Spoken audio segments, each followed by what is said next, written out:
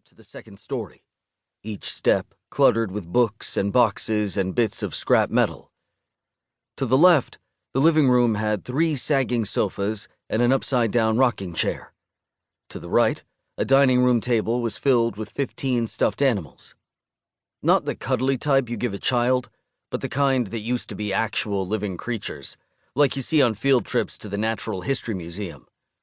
Arlo spotted eagles and foxes and raccoons, all frozen, mid-action. On second thought, the house was a little murdery, but JC stepped right in. "It's trespassing," warned Arlo in a whisper. "Mom owns the house," she said, crossing the dining room and pushing through a swinging door. Arlo supposed that JC was technically right. According to their mother, the house had been specifically left to her when their grandparents died. But Uncle Wade lived here and always had. It was his sign by the door, and his dead animals on the table. It seemed like a bad time to argue the details of inheritance. Still, Arlo had to pee. He followed JC through the swinging door. The kitchen was dark and cluttered, with 5 open cereal boxes lined up on the counter. A dead plant hung over the sink, where dishes were stacked in a few inches of greasy water.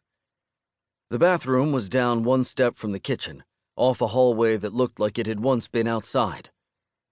Arlo stood at the bathroom door, shifting his weight from foot to foot, eager to get his turn after JC. Then he heard the creaks. Heavy footsteps made their way down the wooden stairs.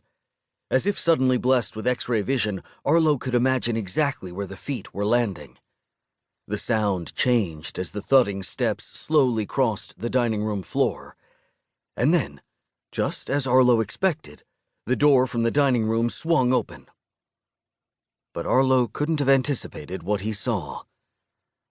The man behind the footsteps didn't look like a man, but rather a bear that had most of his fur worn off.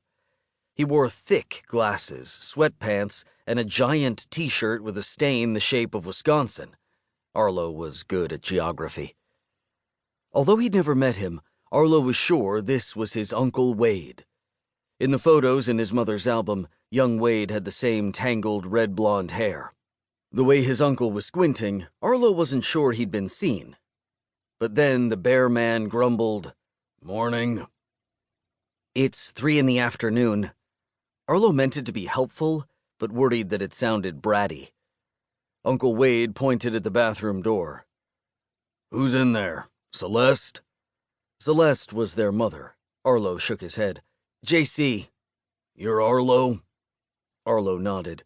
He could hear the toilet flush. Water was running in the sink. "You get along with your sister?" asked his uncle. "Most times." "You're lucky. My sister drives me crazy.